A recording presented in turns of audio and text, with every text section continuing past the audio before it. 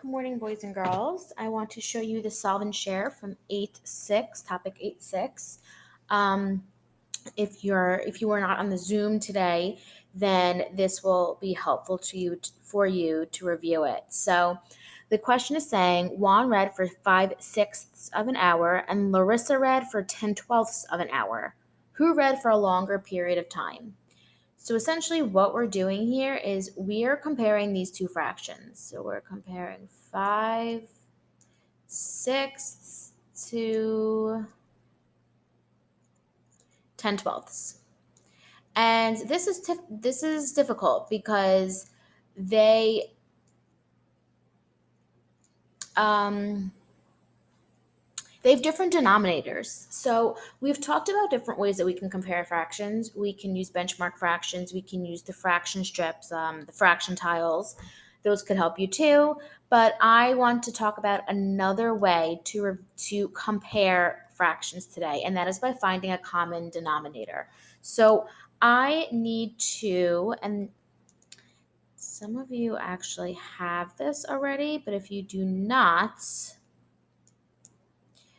um,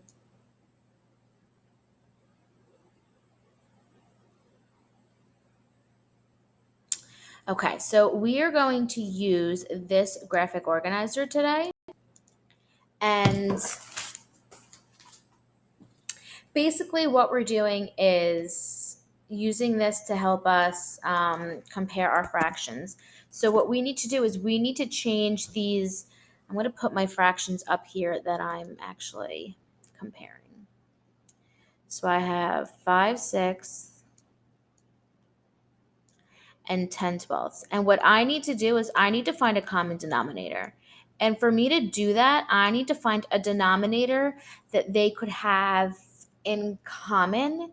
And I'm going to show you. So we need to change these two fractions. So this is 5/6.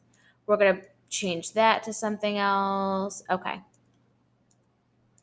We need to find the least common multiple. So we need to find a multiple that these two denominators have in common that we can change these fractions to. So I'm going to take the denominator of my first fraction, and that's 6. Then I'm going to take the denominator of my second fraction, that's 12, and I'm going to put them both down here.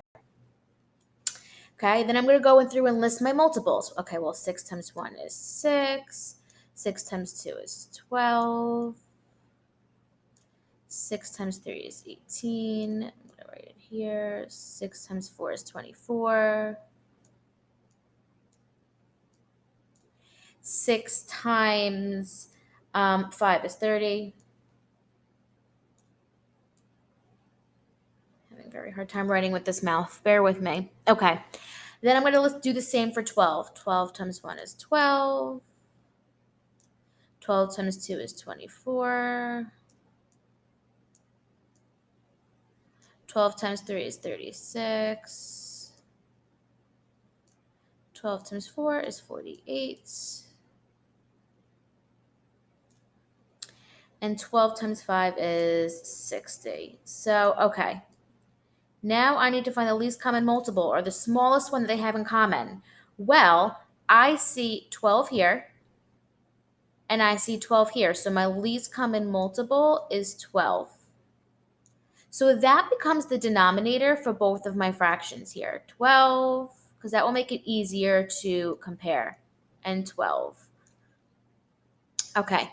So did I need to do anything to this? 12 stayed the same. So essentially I multiplied it by 1. So I would do the same here. 10 times 1, and that's 10. Then I need to think, what did I multiply 6 by to get 12? And I multiplied by 2. And I know that anything I do to the top or the bottom, I need to do, right, the same to each. So if I multiplied 6 times 2, I have to do 5 times 2, and I get 10/12. And wow, look at that, 10/12 and 10/12, okay, which means, so we turned 5/6 into 10/12. I'm going to write it up here. That's what we turned it into. It's an equivalent fraction. It's the same value. It's just written a different way.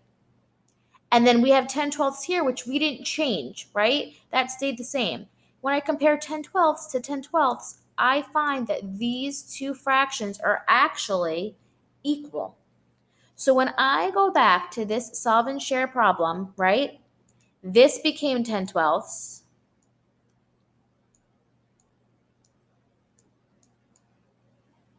This stayed as 10/12, right? And these are equal. So, okay, excuse my mouse here, it's freezing a bit. So 5/6 is actually equal, right, to 10/12. So who read for a longer period of time? They read for the same amount of time.